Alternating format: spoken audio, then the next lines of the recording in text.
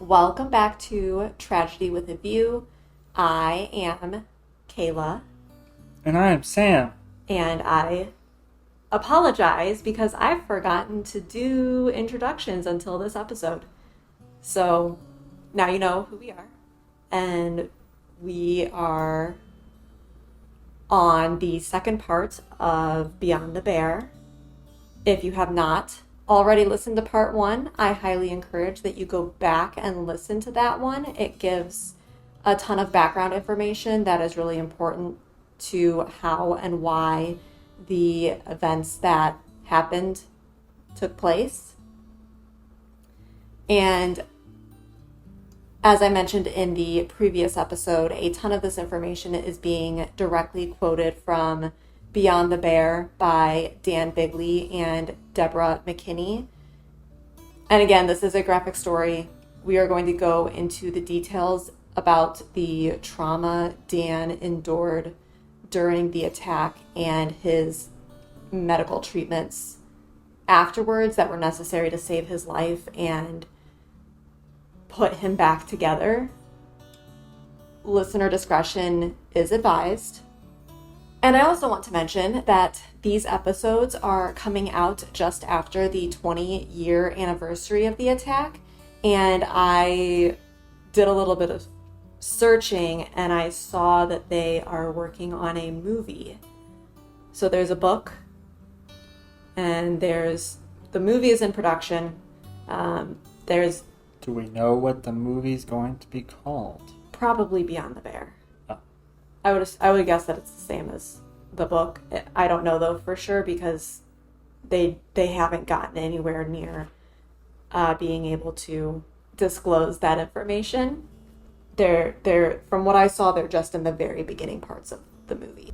And one thing I wanted to revisit from the previous episode because I didn't say it, probably because I've read the book like 3 times. And so in my mind, it was perfectly clear. But then when I was actually like editing and listening, I realized that I never actually clarified that just prior to the attack happening, when Dan and John, the first time they encountered the bear, they turned around once they got around the corner from where they were. And then the brush and foliage in front of them started to move. And they thought the bear had gone that way. And then when they turned back around to try to get away from the bear again and she came around the corner, they believe what happened was the angry mama bear and her cubs that the people in the parking lot saw coming through the river and then disappearing into the forest. They think that was the bear that attacked Dan. And what happened was when they got around the corner and they started walking and the bushes started to move, it was actually the cubs. So they essentially put themselves between a very angry mama bear and her babies, which is bad news. Obviously. Otherwise, we wouldn't be talking about it here on Tragedy with a View. So now that that's done, to remind you where we left off, Dan was just removed from the forest floor, loaded into an ambulance where he was taken to a makeshift landing pad on an Alaskan highway for a helicopter. Dan was barely clinging to life. There's my one pun, that's all. We'll see if it's one. Dan was barely clinging to life. That is appropriate. And just for a reference, for people who are not in wilderness environments very often, the highway that we're talking about is not a large 4, 6, 8 lane highway that you see going through cities. It's like the 2-lane that takes you through mountains. Just give you a better picture in your head if you're one of those people. Upon arrival at the hospital, Dan was conscious and aware enough that he was able to tell them his name, his age, and that he was allergic to penicillin. He was slightly disoriented, his speech was fading in and out, he was cold to the touch, and he kept trying to grab at his face. And even though he was clearly in severe pain, he thanked the doctor for her trying to help him. At 4:30 a.m., Dr. Kalman, a plastic surgeon and ear, throat, and nose specialist, was paged while he was sleeping in his home by Dr. McHugh, the ER doctor at Providence, Alaska Medical Center. And in her relaying information to him, she said, "It's terrible, just horrible, and then a bone-chilling. Injuries are not compatible with life." Dr. Kalman, a Dartmouth... That just sounds so weird. Dartmouth? Makes me feel like I've got a lisp. Dartmouth. Say it 10 times fast. No. Got her. Usually she's very good at that. I am. But I'm just like, I feel like I got a lisp. And I can't get my mouth to move in the correct way. Okay. Dr. Kalman, a Dartmouth graduate and Fulbright scholar, was on his second career as a surgeon.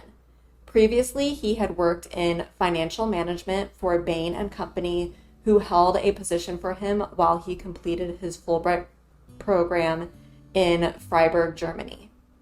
At 28, he had an epiphany and went on to complete 5 years at the University of Pennsylvania School of Medicine, a 5-year residency, and then a year-long fellowship for facial reconstruction. As Dr. Kalman arrived at Providence, he made his way to radiology to take a look at the images they took of Dan, and what he saw there prepared him for what he would be walking into. The scans showed that the anterior skull base was shattered, the entire midsection of the face from nose to forehead was smashed. In fact, he described it as confetti. And just so that way people know, if you're not medically or bodily inclined, anterior is the front base of your skull was shattered. I think a posterior attack would have probably killed him.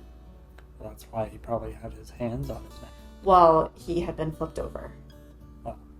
But yes, that's why bear training. Yeah, if you're attacked by a bear, the best position to get into is face down on the ground, hands interlaced, covering the base of your skull and top of your neck, elbows pressed down into the ground, and then your feet spread wide, so that way it's harder for the bear to flip you over. And most people are wearing backpacks, so then you also have that added protection for your back. But unfortunately, Dan got knocked out and flipped over, and that's the worst place to be.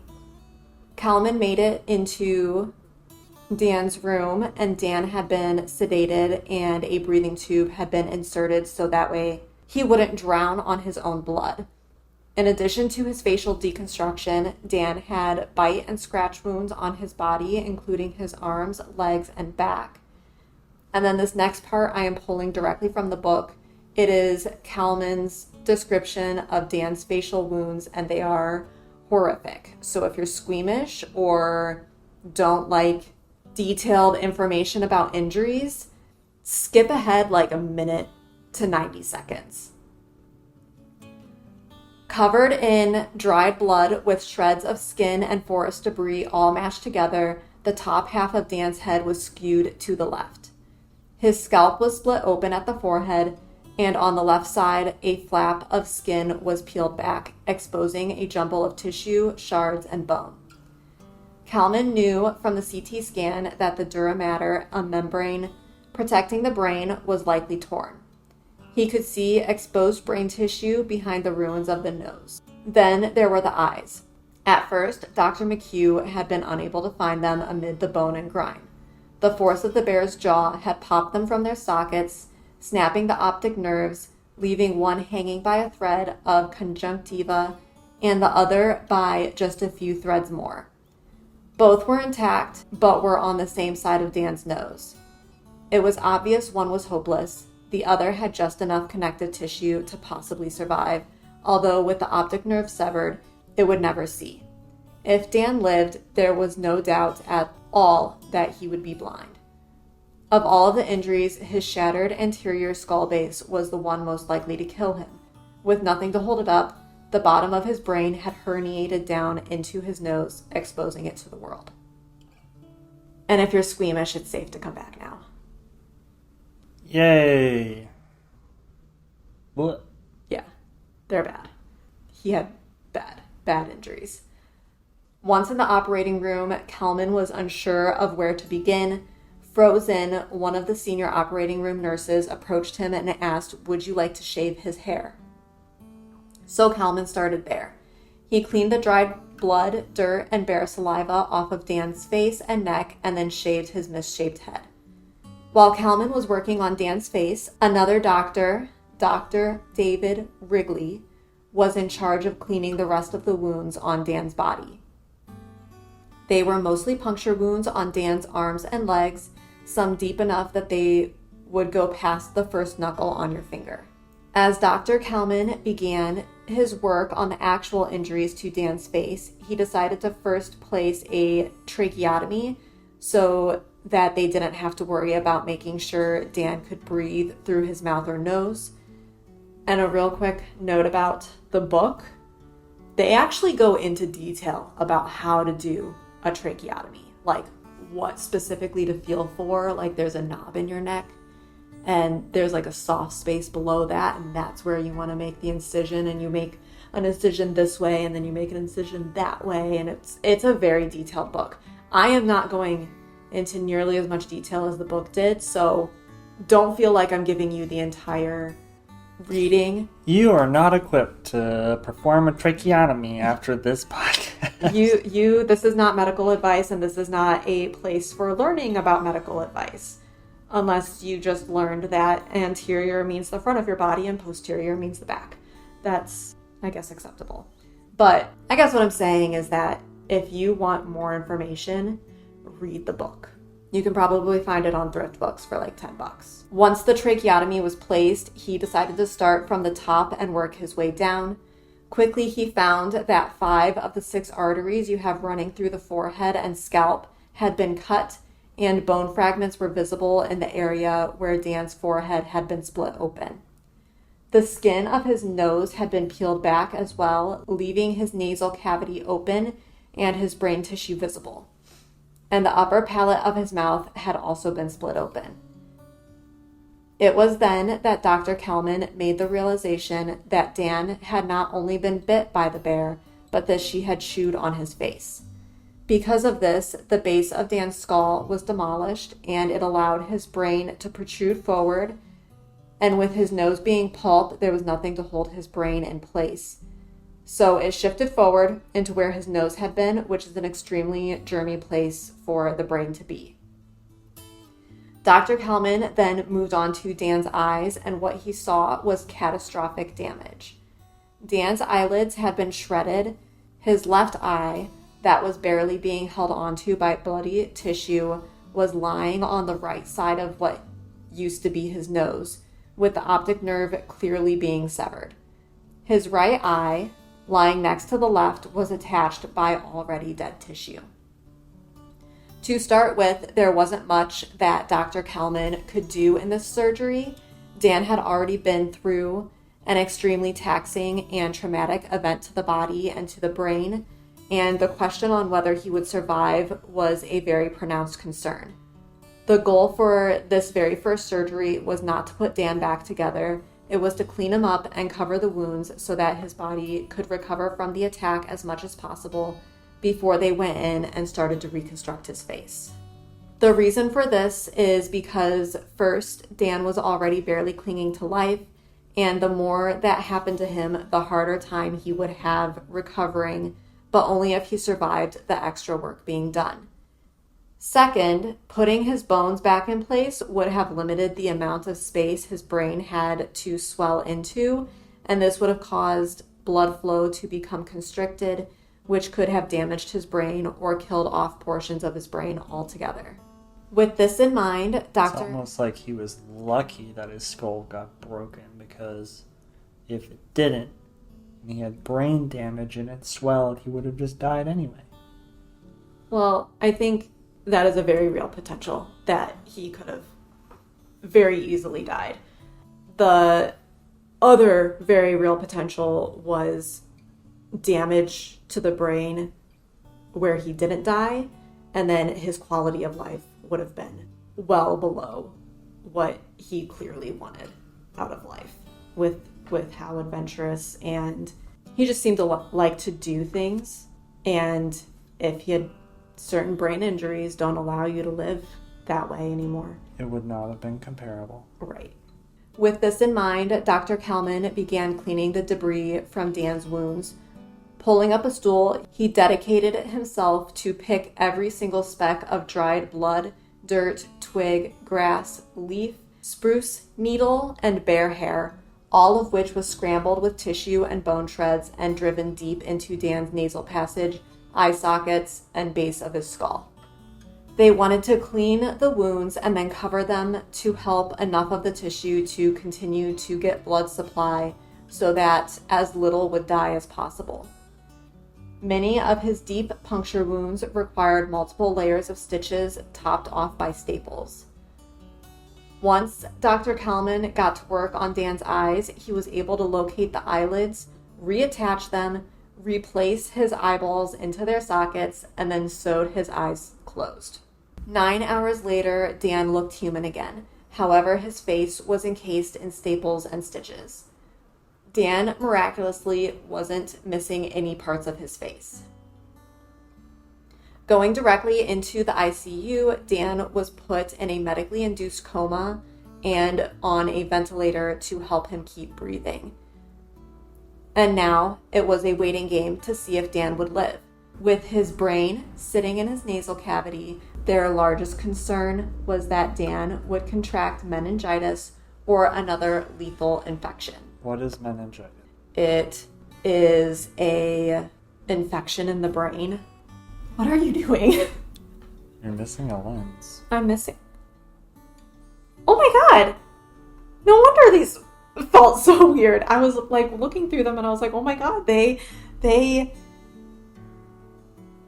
like, I felt like I could just see really good on one side, and I was like, oh, this is weird. My eyes are not adjusting very well.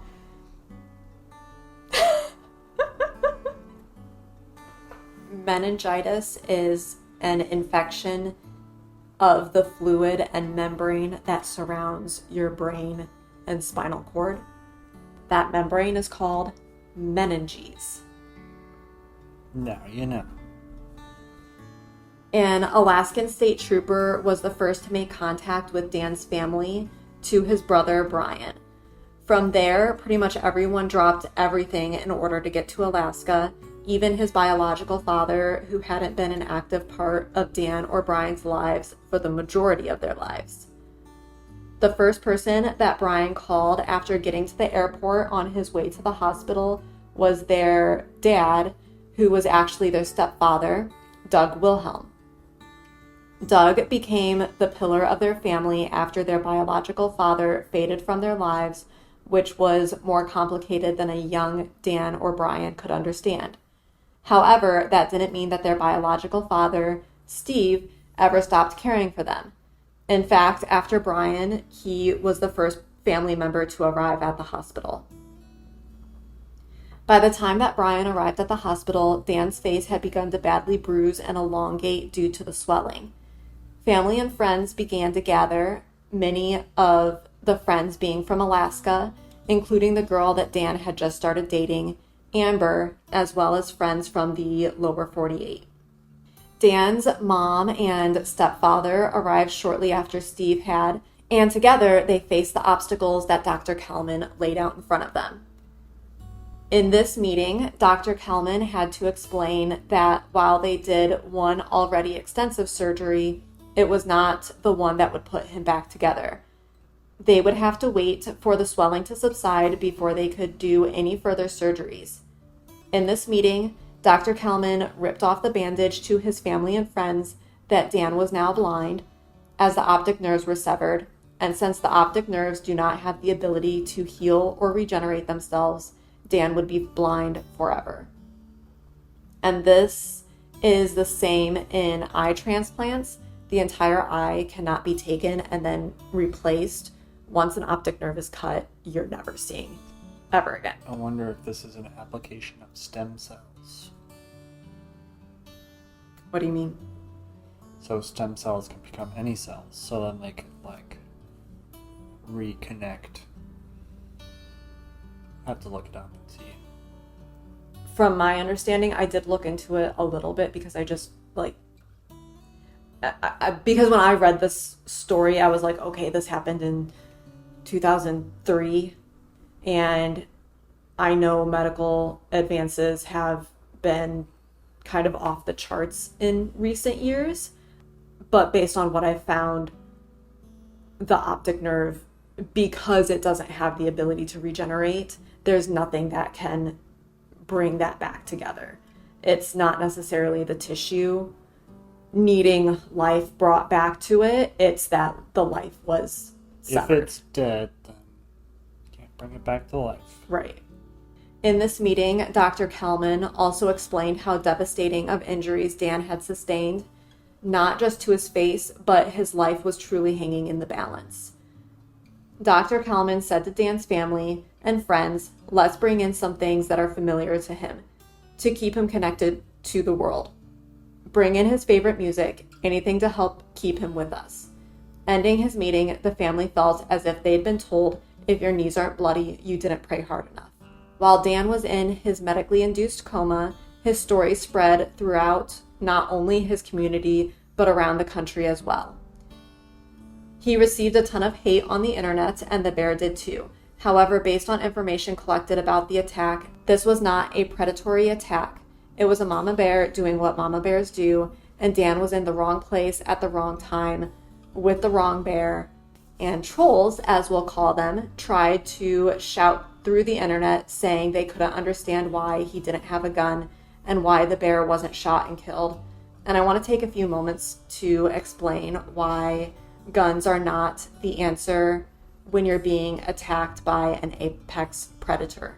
Kayla, I am a troll, and I would like to use a gun against a bear. Why doesn't that work? Well, okay, so here's the thing about trolls, is that nothing you tell them is going to get through. So this conversation is purely for the people who don't have that strong, egotistical thought that if I have a gun, I am invincible. Because that's what a lot of these trolls were, is people. I think most people that own a gun think that it can do more than it can, because they watch movies and think that their minimal amount of training is enough, but they are misunderstood. Yeah, and I think the media plays into that, because, and movies especially, because in movies you see people able to react very fast in high stress situations. And one, that's a movie. As I think we mentioned in the last episode, there's a lot of dramatics when it comes to, you know, what's in the media, what's in movies, what's on TV, what's on the radio, and that's not representative of real life. My other point is that it's not real. The speed at which events in movies are happening are not the same as what would happen in real life. It's barely realistic. Okay. See? Wasn't just your one. That's all I got. I'm a one-trick pony. 2-trick. That was your Well, second one? I do the same trick, though, so I'm a one-trick pony. Okay. So I wanted to also specifically state that this is the use of guns for self-defense. Hunting bears is a different situation. I am going to touch a little bit on hunting of bears. Personally, I'm not a hunter. I have gone hunting before, and it was deer hunting, and a deer ran in front of me, and instead of shooting at it, I literally sat there in awe because I thought it was so beautiful running through the field. I've hunted before. Lightning bugs. Okay, so clearly we're very dangerous people in this room. But I guess my point is that hunting is a different animal. It's for certain people, not for me. So I'm not going to get into the hunting because I don't understand it. I'm not familiar with it. Well, they are completely different, because hunting, you're in a position of power. Where You're in a seeking... self-defense scenario, you are usually surprised. Right. So in hunting, you are seeking out the animal, which means that in a way, you're kind of expecting to see it. You're primed, which is very important in situations where you need to act quickly. So then there's also that factor that if you are hunting, in my mind, if anybody here listening is a hunter and you do something differently than what I'm saying, please say so. Because in my mind, if you're hunting, you're probably walking with a bow or a rifle already in your hands. When you're fishing, you're probably walking with your fishing pole and fishing gear in your hands. So when you're surprised, you then have to drop your stuff and then get out your gun. I also want to mention hunting grizzlies is illegal in the lower 48 states because grizzlies are considered an endangered species. Is endangered species per location? Lower 48. Territory? Lower 48. So they cannot be endangered in Alaska, but be endangered in mainland? Yes, correct. So don't go hunting bears. If you're listening to this and you're the lower 48 states, you cannot hunt grizzly bears. Unless you're a troll. No. You know what? If you're a troll and you hunt grizzly bears, I hope you get caught. And I hope you go to jail. That's my thoughts on it. Hot takes. Okay, so to start in on the actual reason why using guns against bears as self-defense is not the best move is... It's not as easy as you would think. It's not as easy as you would think. Bears are larger, faster, and more precise in their ability to attack and defend themselves than most people know or care to give credit for. Even when hunting, the best way to take down a bear is to aim for the heart from the side of the body, and even then, it can take multiple rounds to take down a bear, especially if one is amped up on adrenaline.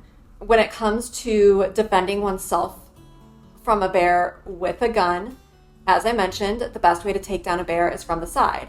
But if you are under attack, that bear is not turning their side to you and they're not running a circle around you. They are charging at you, which means that their face and the front of their body is going to be what you are aiming at. And because of the way that they are built, bullets don't penetrate as well. There's no vital organs right on the surface on the front of the bear. There's a lot of muscle, there's a lot of fat, there's a lot of tissue there that bullets have a hard time going through. And again, bears are faster than you think. Most attacks happen when you surprise a bear by turning a corner or coming over a ridge, and the bear is already very close. The bear whose instincts take over is going to react faster than the common sense of the human brain. Once you realize that you're being charged by a bear, the likelihood that you'll actually be able to remove your gun from wherever you have it is a very narrow window. So then, once you have your gun in your hand, you have to chamber around if it's not already chambered. You have to turn the safety off if you have a safety on your weapon. And then you have to lift the gun, point, aim, and pull the trigger. Couple that with bear's ability to take multiple rounds, and that bear will be on top of you, and they're already going to be angry because you surprised them. And then they're going to be even more angry because you're shooting them and hurting them. Further, this isn't a stationary target, so without getting too far into the discussion, because this isn't a gun-focused podcast, the average person, no matter how much you practice at a range, you're not going to take a bear down in one shot, especially because they're a moving target and you're likely going to be moving. You're not John Wick. I'm sorry. You're not John Wick. Beyond this, if you shoot a bear, that bear may die later from their injuries. And while I understand that death is an important part of a balanced ecosystem, dying from a gun wound is inhumane and unnecessary, especially when there is a very effective form of protection called bear spray. And it is cheaper than any pistol you can buy on the market. Bear spray is similar to pepper spray, acts as a sinus irritant that bears can't stand. The spray effectively creates a wall that the bear won't pass through. Now, if they're already charging, that might mean that their momentum will bring them through that cloud of orange and on top of you. However, it takes seconds for that spray to work, and the bear will be moving away from you and that area very quickly. I think something interesting for the audience is to really point out that it's literally just pepper spray, but distributed in a different manner. So rather than squirting it in a very fixed line, it's like it creates a cloud. So you, instead of a stream, yes, you get there's the word. A cloud. And because it's aerated, it doesn't just need to be where you spray it to take effect. It spreads and it will go into everything, which also I might as well point out will also include you. So if you're spraying this, the next best course of action is to start backing up, because you're also going to get some of that kickback. But that's better than getting your face smashed in. Bear spray is the most effective way to prevent an attack from a bear. One, it's cheap in comparison to a pistol or a shotgun. Second, it's much easier to carry on your physical body than a weapon. Third, it is shown to be the most effective way to prevent an attack. Fourth, you are not going to have a pissed off bear attacking you, which means that instead of a few bites that you might sustain to kind of incapacitate you, the bear is going to maul you. And then last, it also prevents bear's death as well. And it's not just the bear that attacked you that you have to think about. It's often sows that have cubs that attack, and those cubs often die. Bears' lives matter. Bears' lives matter. Bears' lives matter. I am passionate about that, and now that I've talked about that for roughly 10 minutes, I'll go back to the story. In the days that followed the initial surgery, Dan was drugged into a coma, yet his hands were tied down to his sides. This was because the nurses were lowering the sedative 2 to 3 times a day to perform neurological checks. The worry was that if his hands were free during one of these checks, he would reach up and inadvertently destroy the very careful placement of all of his damaged tissue. The other worry was that in one of these episodes, if Dan woke up too much and remembered the bear attack, he may thrash so much that he would put himself into a state of shock, which would kill him.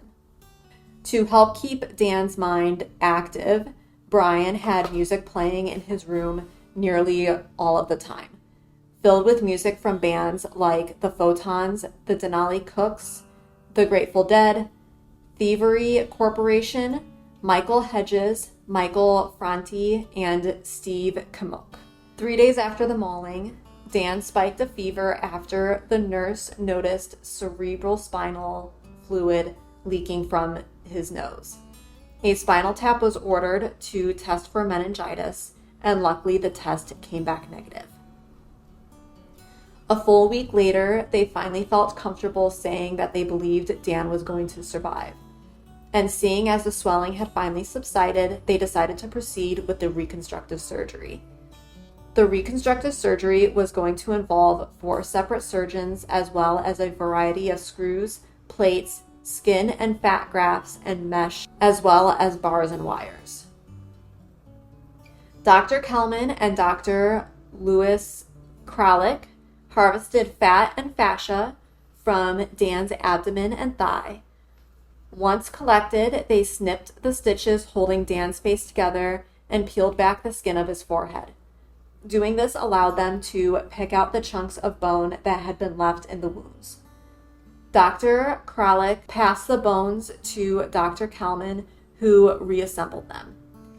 Dr. Kralik then cut a goose egg-sized hole in Dan's skull and used it to lift Dan's brain and access the tear in the dura mater, which is a tough layer of tissue that sits between the brain and the skull. Using fat and fascia, Dr. Kralik patched the crescent-shaped hole and then moved on to the base of Dan's skull that had been shattered.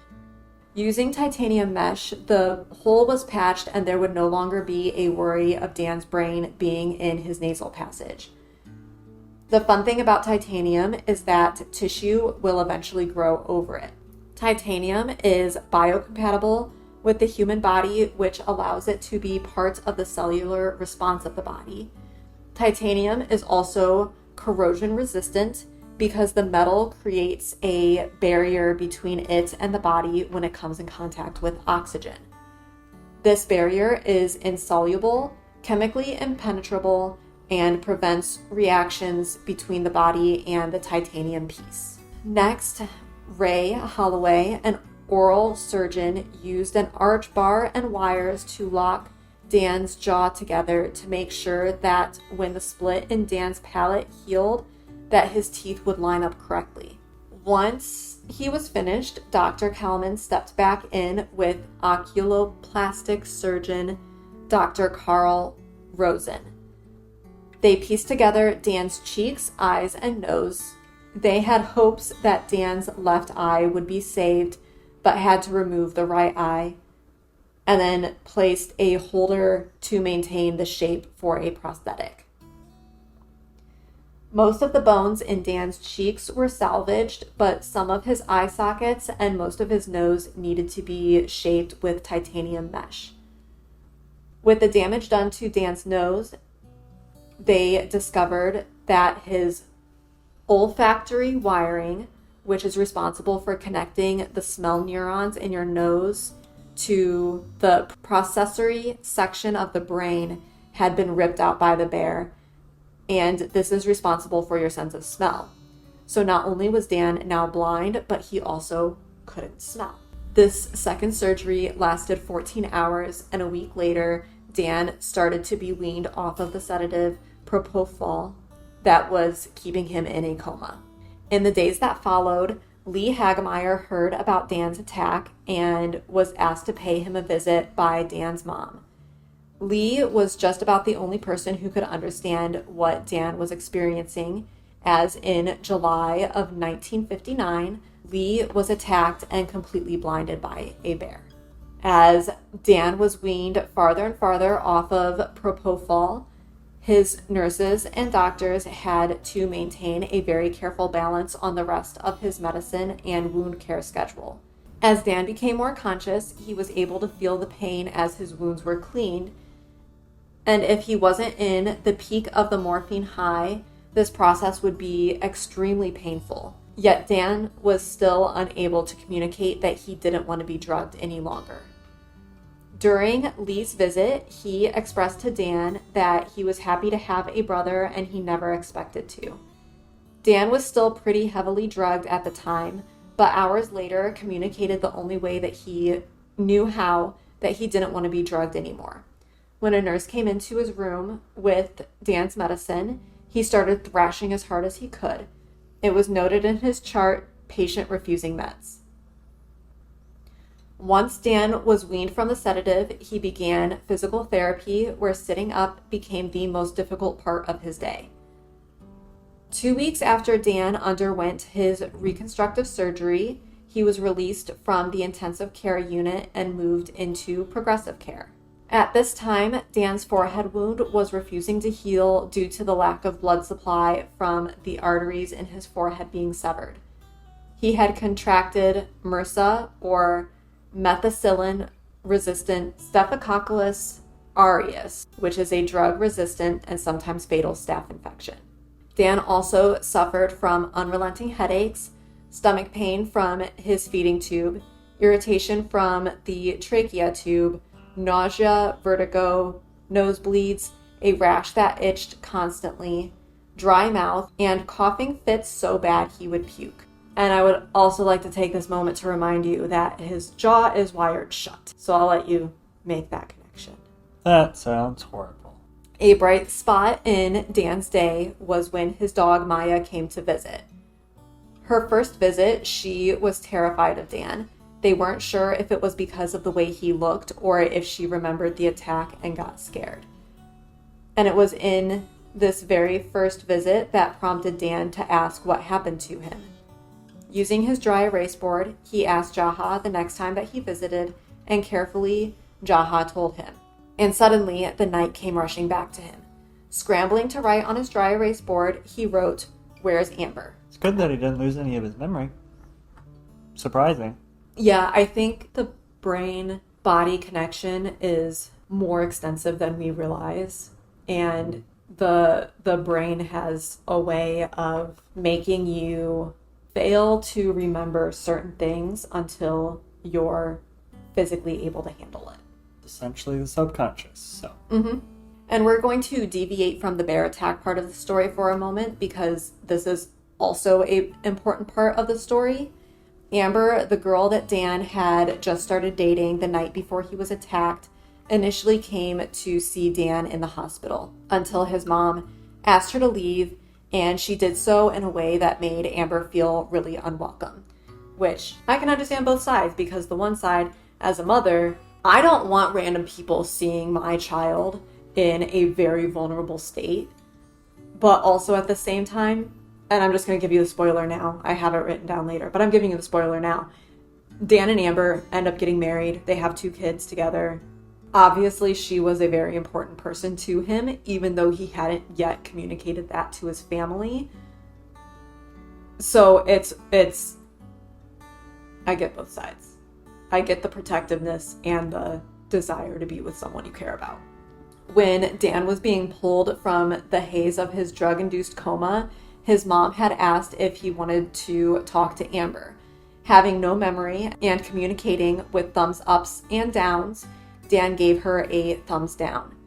Dan's mom was more gentle this time when she let Amber know that he didn't want to see her, but I'm sure that still stung. So once his memory came back and they called her up, she came to visit right away. Going back to the bear, in mid-August, so roughly 4 weeks after the attack, it was determined that Dan's left eye was not thriving and it was time to remove it as well.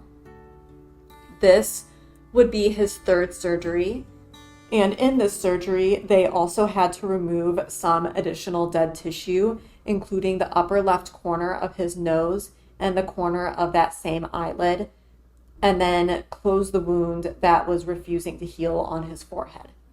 Dr. Kelman was trying his best to have Dan in good enough condition to leave the hospital by his 26th birthday, which was quickly approaching on August 23rd. After a succession of meetings with every doctor and provider in Dan's care, a game plan was made, which included strength training, high-calorie and high-protein drinks, and being able to walk without a walker. On August 19th, Dan was released from the hospital to a hotel where he would stay with his friends and family, and outpatient care would be provided there. Dan endured a 4th surgery, this time to reopen his sinuses, which had closed up, and yet another attempt to close the wound on his forehead. Dr. Kelman was trying every trick he knew to provide blood flow to the area. After consulting with several specialists, they decided to give a hyperbaric chamber a try. Hyperbaric wound care specifically helps by increasing circulation, therefore decreasing edema. Oxygen stimulates healing. Oxygen increases antibacterial activity and increases the ability of the body to create new blood vessels. After a month of this, the wound had no progress. The process to graft skin from other parts of his body began again. It took Dan 2 months after the attack to finally go out in public for something other than a medical appointment. He and his friends decided to go to a music show, which ended up being emotionally and physically draining to Dan, but he still recognized it as an important step to reclaiming his life. A week later, Dan was being prepped to move back to California with his parents for further care. His jaw was unwired, or the wires were cut. His stomach tube was pulled out, which apparently they do this similar to how you pull start a lawnmower. There's a nice visual for you. What does that even mean? Why would they yank it like that? You know what? That's a good question. I didn't want to find out, so I didn't. Is it just like one of those rip the Band-Aid off? It would just be uncomfortable if they did it slowly? Maybe. It's a medical magic trick. Watch very closely. It's like pulling the tablecloth off the table. And then Dan was off to start to learn how to live his life as a blind man. His mom, brother, dog, and he boarded a flight to California, where he got his first real welcome. As everyone was boarding the flight and settling into their seats, a flight attendant stepped up to Dan and said, "Mr. Bigley, just so you know, the emergency exits are located 3 rows in front of you. In the event of an emergency, just remain seated until one of us can assist you. You'll need to be the last one off the plane." Once in California, Brian, Jay, and Jeremy were the 3 main characters who constantly reminded those in the public that Dan wasn't dumb, that he could hear and that he was capable of everything a normal person was able to do. He didn't need judgment just because he wore sunglasses at night. Along with his doctors and specialists, Dan received treatment from therapy, acupuncture, massage therapy, meditation, homeopathic remedies, craniosacral therapy, an intuitive healer, and attended a healing and retreat center. Dan then had his 5th surgery, which pulled skin and blood vessels from his forearm to patch his forehead closed. And then over that, some skin was pulled from his thigh to protect it. During this surgery, it was discovered that he had developed MRSA in the oval-shaped bone that had been removed from his skull to access and repair the lining of his brain. They removed this piece of bone, and then Dan needed to be on heavy antibiotics to fight the MRSA infection. A PICC line was placed in his right arm, and twice a day he would need to take half an hour to have the antibiotics administered through this PICC line. And the antibiotics were so strong that they turned his sweat orange. But this final surgery was what finally helped Dan's forehead to heal. But the rest of Dan's face didn't want to heal quickly. Even after an entire year, his eyes had too much swelling in them to allow for prosthetics, so he continued to wear his green plastic placeholders. His right eye was swollen shut and his left eye was stuck partially open, and this is, among other reasons, why he wore his sunglasses pretty much all of the time. He wore them because his future was bright. There's another one. You're a 2-trick pony. Once his eye swelling subsided, almost a year and a half after the mauling, Dan was able to get prosthetic eyes, but his eyelids didn't work, so he wasn't able to close his eyes, which caused a variety of issues for him in the beginning, mostly from the worry that it would disturb others. Dan's 6th surgery was more for cosmetic reasons, to even up his eyes that were drooping and his prosthetics being pulled in different directions. As well, this surgery was used to plump up his temple implants. Don't really know what that means, but I'm assuming there was some caving in the temple area and tissue was probably brought in for more blood supply to allow for Plumpness. Dan continued to do activities that lit him up as best as he could. He went to concerts and music festivals, visited Colorado, and even went back to Alaska to visit Amber.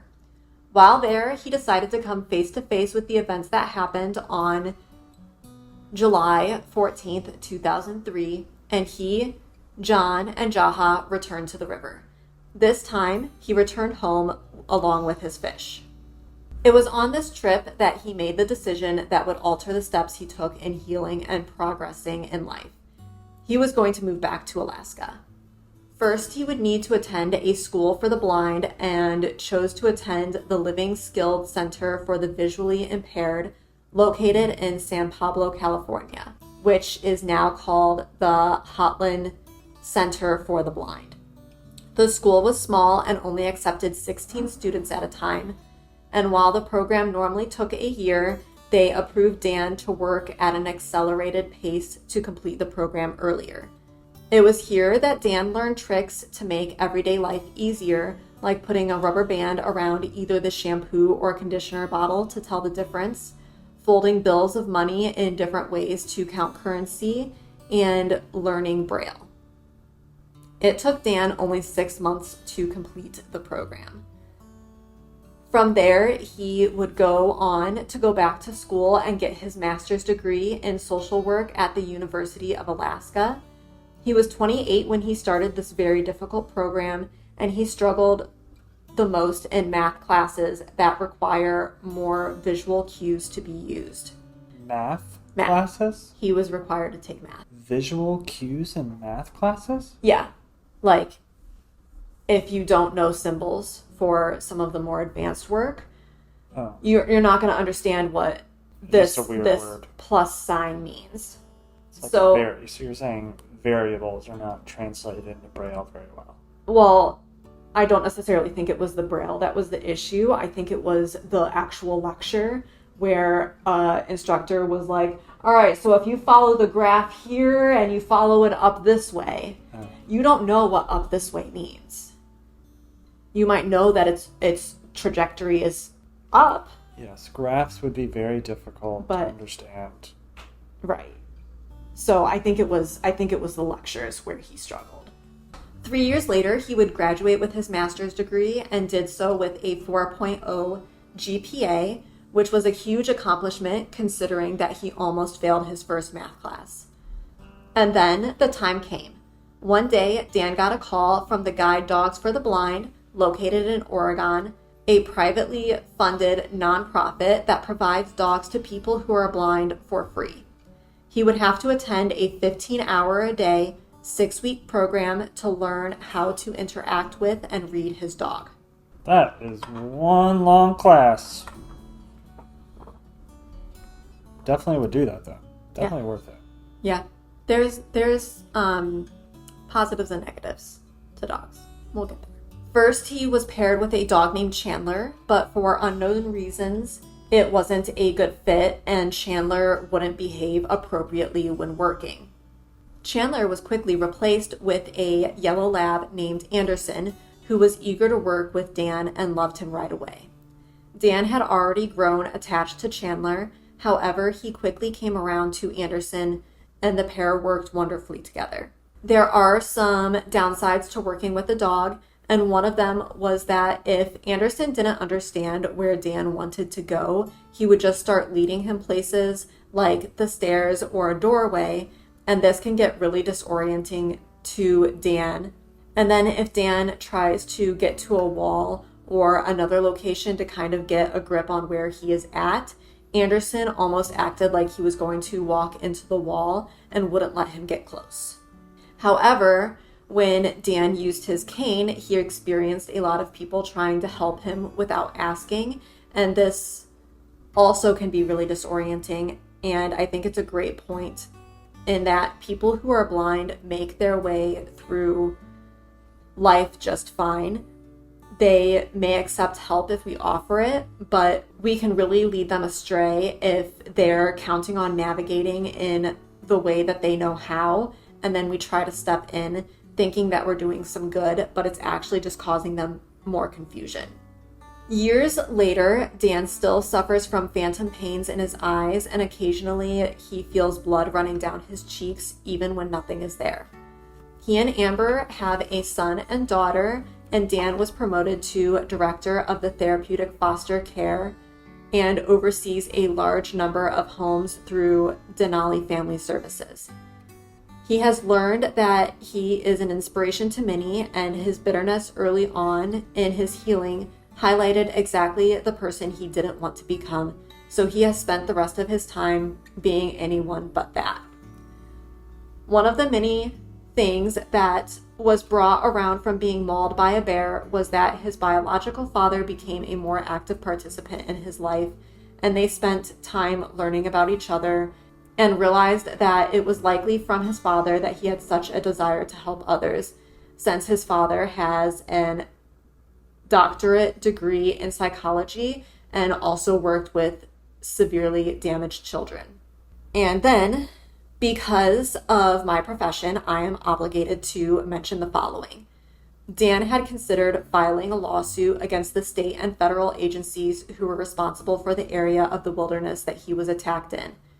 Based on where he and his family stood, it was their lack of attention to the matter that bears were crossing paths at dangerous levels with fishermen, and that the few regulations they did put in place only forced humans and bears into tighter quarters. From this viewpoint, these agencies were negligent and therefore liable, especially since after the attack, the agencies took aggressive action to prevent any more humans or bears being attacked or shot. But ultimately, Dan decided to leave it in the past. He wanted to move forward instead of being stuck in a long battle regarding the past. I think that's an excellent point when you're dealing with the legal system. A lot of people wonder why more lawsuits don't happen when events occur in nature. They do happen, but when you look at how much time and effort and money is put into a lawsuit, they often do not kind of level things out, because as you're in this lawsuit, you're stuck in this pattern of one, being defensive, and two, having to recount the experience over and over and over and over and over and over again. And for someone who just wants to move forward with his life, like Dan clearly did, having been in that lawsuit probably would have caused more psychological damage than he needed or wanted. And if you are like me and curious as to what Dan is up to now, he has a Facebook page where he periodically updates what is going on, and he released an album in 2020 called Cedar Roots. If you want to check that out, I'll be posting a link in the show notes as well as on social media. And to end, I want to leave you with this direct quote from Beyond the Bear, which I think really puts things into perspective from a doctor's point of view. Because Alaska is both beautiful and mean, doctors dread being on call on sunny summer days like the one July 14th, 2003 turned out to be. Not only do planes crash, boats sink, and mountaineers vanish, but after a long, oppressive winter, the reprieve from light deprivation has an amphetamine effect. In their manic states of mind, people blast off for the great outdoors without seatbelts or helmets or common sense, bringing surgeons like Kalman some of their grimmest business. Being mauled by a bear, with the exception of the occasional bonehead who practically asks for it, is just plain bad luck. The end. The end. How'd you bear it? When you're walking in the wild, be sure to watch your step. Thank you for listening, and don't forget to subscribe and review to be the first to hear our bi-weekly episodes. Please find and like us at Tragedy with a View on Instagram, Facebook, and Twitter. If you have a story of your own that involves the great outdoors, we would love to hear it. Please email tragedywithaview@gmail.com for a chance to have your story featured on a later episode. Thank you again for listening. We'll see you next time.